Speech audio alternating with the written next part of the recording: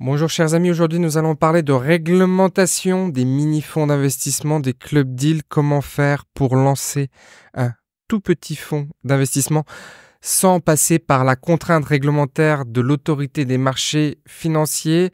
Le terme mini-fonds d'investissement n'est pas juste, il n'est pas exact, néanmoins il reflète bien l'esprit des gens qui lancent des club deals et qui souhaitent proposer à d'autres investisseurs d'investir à leur côté pour financer des actifs divers et variés. Aujourd'hui, on va donc parler de comment faire pour lancer un fonds d'investissement sans passer par cette réglementation AMF. Encore une fois, je vous le dirai jamais assez, consultez des juristes, des financiers, experts de ce domaine lorsque vous vous engagez dans cette démarche de lancer ces fameux club deals qui sont donc des propositions alternatives aux fonds d'investissement, puisque le fonds d'investissement est une activité réglementée, encore une fois, par l'autorité des marchés financiers. C'est pas quelque chose dans lequel on peut se lancer comme ça, alors que le club deal est beaucoup plus ouvert. C'est la structure que l'on va privilégier lorsqu'on va vouloir se lancer dans cette très belle activité qu'est de proposer à des investisseurs nos actifs. On est parti. Première chose que vous devez impérativement respecter pour ne pas rentrer dans la réglementation AMF, même si on l'est toujours, on ne veut pas rentrer dans des réglementations qui soient trop contraignantes pour le lancement de cette activité. La première chose, c'est de faire de ce que l'on appelle du deal par deal. En effet, vous n'avez pas le droit d'avoir une activité dans laquelle vous prenez l'argent de vos investisseurs et vous investissez comme vous le souhaitez, dans des immeubles par exemple, dans des appartements ou dans d'autres actifs. Vous devez impérativement faire du deal par deal, c'est-à-dire que vous allez proposer à vos investisseurs un immeuble, puis un deuxième immeuble, puis un troisième immeuble. Et ils devront avoir la possibilité d'accepter ou de refuser d'investir directement dans l'actif. C'est quelque chose qui est extrêmement important. Sinon, vous vous ferez requalifier en fonds d'investissement alternatif avec toutes les conséquences que cela peut avoir et elles ne sont pas très gaies, ces conséquences.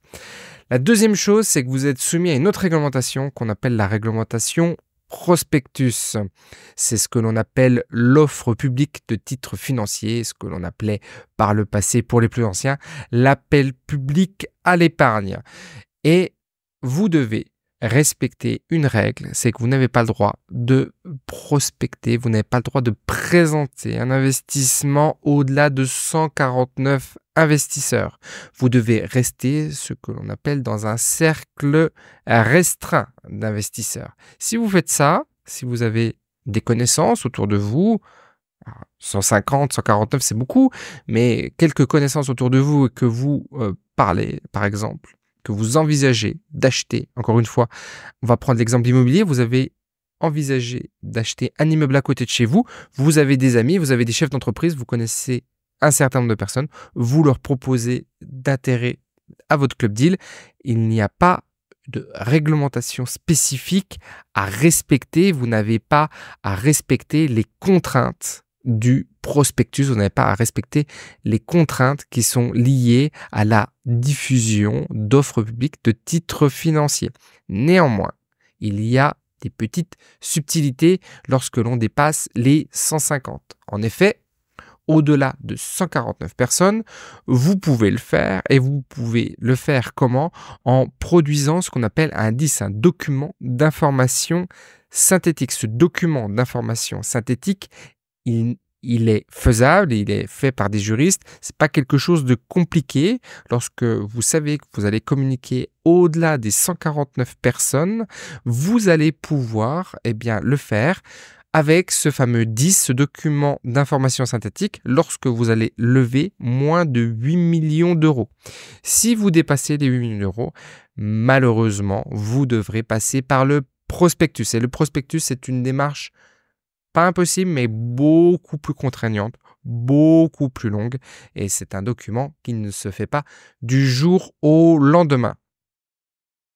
Ensuite, lorsque vous voulez ne pas rentrer dans les contraintes prospectus, vous devez ne pas démarcher directement les investisseurs.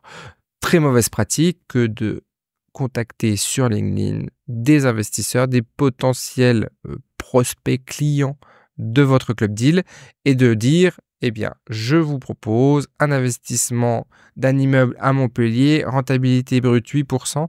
Ça, c'est quelque chose qui est complètement interdit. Vous pouvez le faire uniquement quand vous avez déposé et que votre prospectus a été accepté. Donc, vous le voyez, c'est une démarche bien trop contraignante quand on lance son activité de petits fonds d'investissement, que l'on appelle donc des club deals.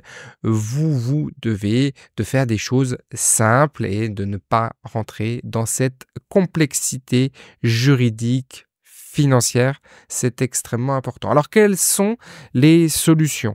Les solutions, elles sont en fait assez simples. C'est de pouvoir créer une communauté d'investisseurs qui va vous solliciter pour investir avec vous. C'est-à-dire que vous allez être dans une démarche commerciale, entre guillemets, qui ne va pas être une démarche commerciale proactive, où c'est vous qui allez vers les investisseurs, mais c'est plutôt les investisseurs qui vont suivre peut-être vos investissements et qui vont être intéressés à investir à vos côtés. Ce sont des stratégies marketing, entre guillemets, qui sont assez simples à faire appliquer. C'est le principe de la communauté et de fédérer des gens autour de vous pour pouvoir investir à vos côtés. Et très rapidement, eh bien, peut-être que le 10 sera nécessaire pour pouvoir dépasser les 150 personnes et de pouvoir ainsi proposer dans un cercle qui restera toujours restreint, c'est-à-dire que l'on ne va pas publier publiquement l'offre, mais on va pouvoir la présenter